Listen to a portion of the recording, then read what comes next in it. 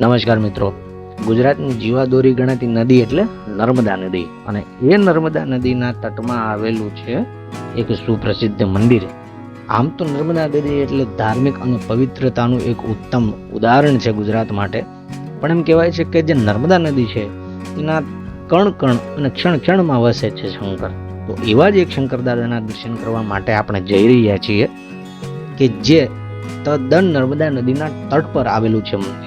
એવા Nilkanth Mahadev national highway number 8 એટલે કે આપણે વડોદરાથી ભરૂચ તરફ જઈએ તો નર્મદા નદીના બ્રિજ પહેલા લેફ્ટ સાઈડ 200 થી 100 મીટરના અંતરમાં આ મંદિર આવેલું છે. તદ્દન હાઈવે ટચ મંદિર છે. મંદિરના રસ્તામાં તમને જોવા મળશે બ્રહ્માકુમારીનો આશ્રમ, ખૂબ જ સ્વચ્છ અને ચોખ્ખો છે. ત્યારબાદ રસ્તામાં તમને નર્મદા ગાર્ડન જોવા મળશે અને એ ગાર્ડનની પછી આવી જાય છે આપણું ભવ્ય અલૌકિક અને એવું તદ્દન ધાર્મિક નીલકંઠ મહાદેવનું મંદિર. મિત્રો, ખૂબ જ વિશાળ પાર્કિંગ વ્યવસ્થા છે અને પ્રવાસન સ્થળ તરીકે પણ લઈ શકાય છે સ્કૂલમાંથી. અહીંયા ખૂબ જ મોટું અને વિશાળ કાય પાર્કિંગ આવેલું છે. હજારો ગાડીઓ સમાઈ જાય, બસો, ટુ વ્હીલરો અને વન ડે પિકનિકનું સ્થળ થઈ જાય એવું છે આ છે મંદિર. અને આ છે મંદિરનું વિશાળ કાય પરિસર. આ પરિસરનો તમને હું સંપૂર્ણ વ્યૂ દેખાડું તો આ છે મુખ્ય મંદિર કે જ્યાં નીલકંઠ મહાદેવનું સ્થાપન છે. અને ત્યારબાદ આ તમે જુઓ કેટલું વિશાળ કાય પરિસર છે અને એટલું ચોખ્ખું અને ખૂબ જ શાંત. ભાઈ,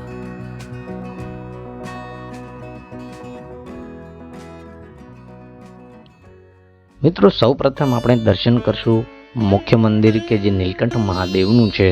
એ શિવલિંગના દર્શન કરવા માટે જઈ રહ્યા છીએ. આજે નીલકંઠ મહાદેવના શિવલિંગનું મુખ્ય મંદિર. મિત્રો, આમ તો દેવોના દેવ મહાદેવના મંદિર આવી પ્રાકૃતિક જગ્યાઓમાં જ હોય છે, પહાડોમાં, નદીઓમાં અને એવી જગ્યાઓ પર. ભાઈઓ અને બહેનોની અલગ અલગ લાઈન છે. નંદી મહારાજના કાનમાં થોડી ઈચ્છાઓ પ્રકટ કરી આપણે જતા રહ્યા છે દેવાધિદેવ નીલકંઠ મહાદેવના દર્શન કરવા માટે.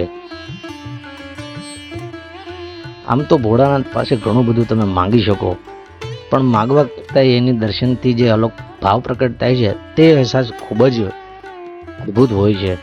એ અહેસાસને માણ્યા પછી આ તમે જોઈ શકો છો મંદિરનું ખૂબ જ સરસ મજાનું ગર્ભગૃહ. મિત્રો, બહાર મને કોઈ પણ જાતની એવી નોટિસ નથી જોવા મળી કે અંદર ફોટોગ્રાફી મનાય છે, એટલા માટે મેં આજે તમને મંદિરની અંદરનું પણ શૂટિંગ બતાવ્યું. નોર્મલી હું ક્યારેય મંદિરની અંદરનું શૂટિંગ લેતો નથી. મિત્રો, એમ કહેવામાં આવે છે કે મહાદેવને હંમેશા અર્ધ પ્રદક્ષિણા જ થાય છે, તો મંદિરની પ્રદક્ષિણા આપણે કરશું. ગૌમુખમાંથી થોડું પ્રસાદીનું જળ લઈ ત્યારબાદ આપણે પ્રદક્ષિણાને પૂરી કરવા જઈશું.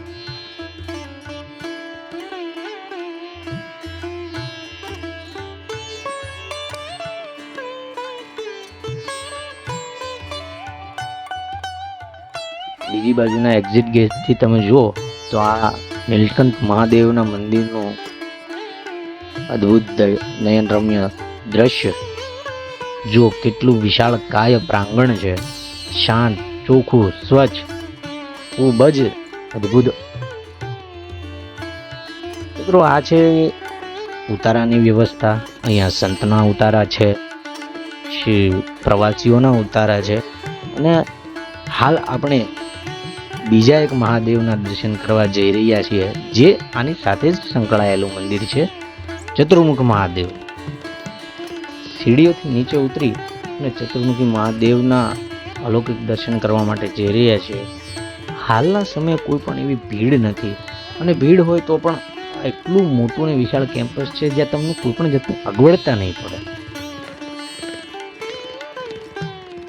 આ છે મહાદેવના બે અલગ અલગ શિવલિંગ.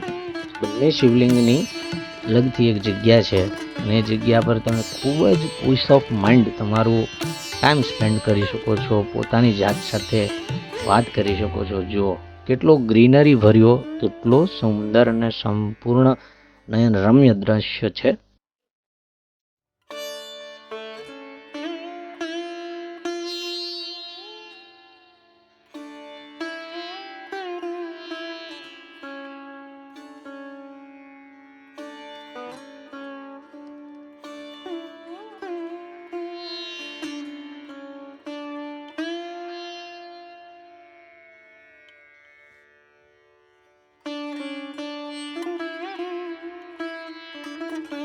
5 મિનિટ નર્મદા નદીની સામે જોતા એવું લાગે છે કે આ અદ્ભુત રચના કોણે બનાવી છે.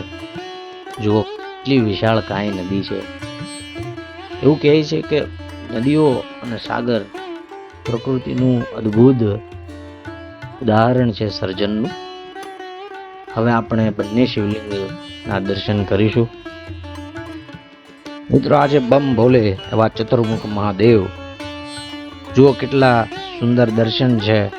એવું કહેવાય છે ચતુર્મુખ મહાદેવના દર્શનથી સંપૂર્ણ આપણા જે કષ્ટો હોય છે હરી જવાય છે. બાજુમાં જ આવેલું છે એકલિંગ મહાદેવનું શિવલિંગ. જો મિત્રો, શ્રદ્ધાળુઓ કેટલી શ્રદ્ધાથી પોતાની પૂજા કરે છે. જાસૂદ, કરેણ, ગલગોટા જેવા પુષ્પોની અંજલિ આપે છે.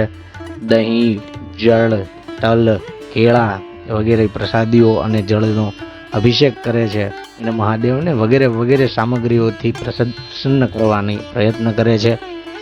આ જોઈને મને પણ થોડી ઈચ્છા જાગી ગઈ કે ચાલો આપણે પણ જઈ અને જળનો અભિષેક કરીએ. બાજુમાં જ એક બાલટી પડેલી છે એ લઈ અને બાજુમાં જ એક નળ આવેલો છે, નળથી સંપૂર્ણ બાલટીને ભરી અને એ બાલટીથી આપણે આજે એકલિંગ મહાદેવનો જળાભિષેક કરશું. બાજુમાં જ તમને લોટી અને બધું વ્યવસ્થા જોવા મળશે. પૂજાની સામગ્રી પણ ત્યાં બાજુમાં જ અવેલેબલ હતી.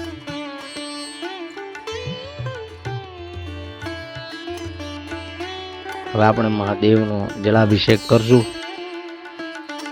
ઓમ ત્રંબકમ યજામહે સુગંધિમ પુષ્ટિવર્ધનમ ઉર્વારુકમિવ બંધનમ મૃત્યુન્મોક્ષિમામૃતા.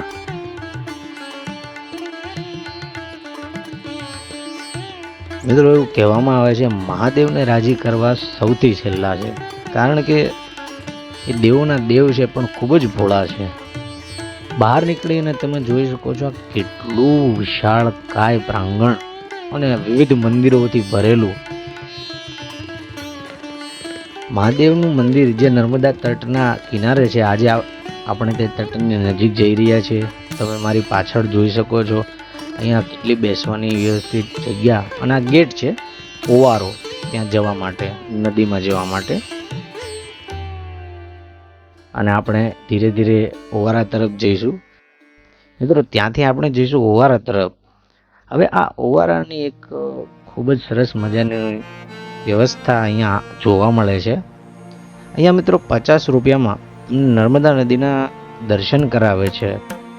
અહીંયા લોકલ જે સ્થાનિક છે માછીમારો, તે 50 રૂપિયામાં તમને પોતાની બોટમાં બેસાડી અને નર્મદા નદીના મધ્યમાં લઈ જઈ અને દર્શન કરાવે છે. અને જે કહેવાય ને 360 વ્યૂ, કે અહીંયાથી તમે બોટ પર બેસી શકો છો. હાલમાં જ્યાં સુધી પેસેન્જર ના થાય ત્યાં સુધી તમારે થોડું વેઇટ કરવું પડે છે. મોસ્ટલી 7-8 પેસેન્જરો થાય ત્યારે જ અહીંયાથી લેવામાં આવે છે. ગુજરાત સરકાર દ્વારા હવે સંપૂર્ણપણે સેફટી બાબતે હાઈ એલર્ટ આપી દીધું છે. એટલા માટે અહીંયાના માછીમારો તમને લાઈવ જેકેટ પહેરાવે છે. ત્યારબાદ આ ભાઈએ થોડું જાદુ મંત્ર કરી અને પોતાની જે બોટ છે નાવડી, તેનું એન્જિન સ્ટાર્ટ કર્યું અને હવે આપણે નીકળી જવાના છીએ નર્મદા નદીના દર્શન કરવા માટે. જો મિત્રો, ત્યારબાદ આપણે નીકળી ગયા છીએ ગુજરાતની પવિત્ર નદીના દર્શન કરવા માટે. જો કેટલી મોટી વિશાળકાય દરિયા જેવી નદી છે, નયનરમ્ય દ્રશ્ય છે, નાના નાના ટાપુઓથી ઘેરાયેલું છે. આ છે મારા મિત્રો નાવડીના અને આ છે અમારા 2 ખલાસીઓ કે જે આને ઓપરેટ કરી રહ્યા છે. મિત્રો, ગુજરાત ટુરિઝમમાં મારા હિસાબથી નર્મદા નદીને મુખ્ય સ્થાન આપવું જોઈએ, કારણ કે નર્મદા નદીના બંને કિનારાઓ પર જો આજે તમે જોઈ શકો છો એવા ઘણા નાના નાના ટાપુઓ, ઘણા ધાર્મિક સ્થળો અને ઘણા બધા પ્રવાસન સ્થળો છે. મારા હિસાબથી નર્મદા નદીને હજી વધુ ગુજરાત ટુરિઝમમાં ડેવલપ કરવી જોઈએ.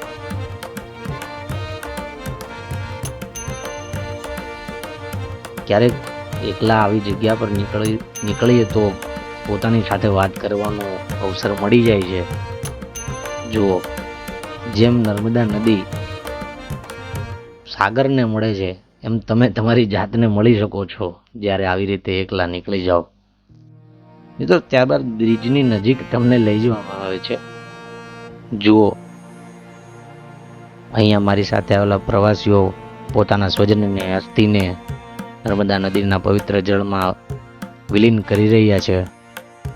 આ જોતાં મને એક ખૂબ અદ્ભુત વિચાર આવ્યો છે કે જ્યારે પણ સમય મળે ત્યારે આવી રીતે એકલા નીકળી જવું, જોઈ લેવું, થોડું માણી લેવું, શું ખબર કાલ સવાર પડી કે ના પડી. સ્વજનની સાથે રહી જવું, મિત્રો સાથે ભરી લેવું અને એક એક નાની યાદોને ભેગી કરતા રહેવું.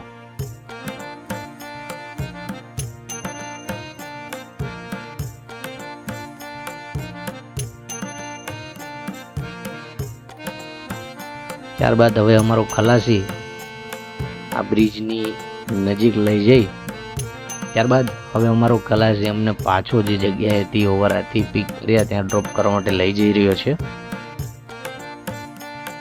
વચમાં કોઈ મછવારાઓ માછલીઓ પકડી રહ્યા છે અને નાવ અમને હવે દેખાઈ રહ્યો છે અમારો જે ડ્રોપ પોઈન્ટ ઓવારો.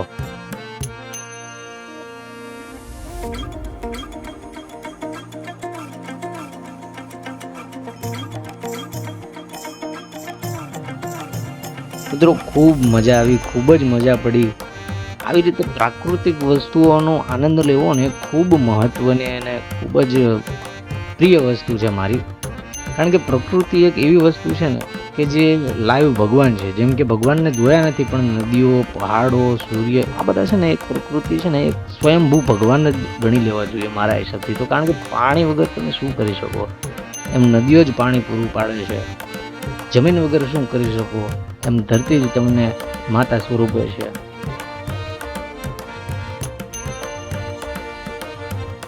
ઉપર આવી અને ત્યારબાદ હું તમને લઈ જાઉં છું આ એક સરસ મજાના મંદિર પર કે જે મંદિર સ્વયંભૂ શિવલિંગ જેવું મંદિર બનાવવામાં આવ્યું છે. તે પણ આ નીલકંઠ મહાદેવના કેમ્પસની અંદર જ છે.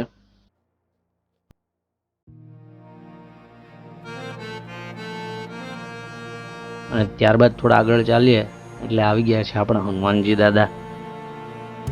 અહીંયા જોઈ શકો છો તમે, ખૂબ ખૂબ સુંદર હનુમાનજી મહારાજનું મંદિર છે. અને ફરી એકવાર આપણે આ ખૂબ સરસ મજાના પ્રવાસન સ્થળનો આનંદ માણી અને તમને આગ્રહ કરું છું કે ચેનલને લાઇક, શેર, કમેન્ટ અને સબસ્ક્રાઈબ કરો. આવી રીતે સપોર્ટ કરો તો મને ખૂબ જ મજા આવે છે. લાસ્ટમાં અમે કમેન્ટના રિપ્લાય પણ આપેલા છે. ચાલો આવીને આવી રીતે મળી રહીએ. લાઇક, શેર, કમેન્ટ અને સબસ્ક્રાઈબ કરતા રહેજો.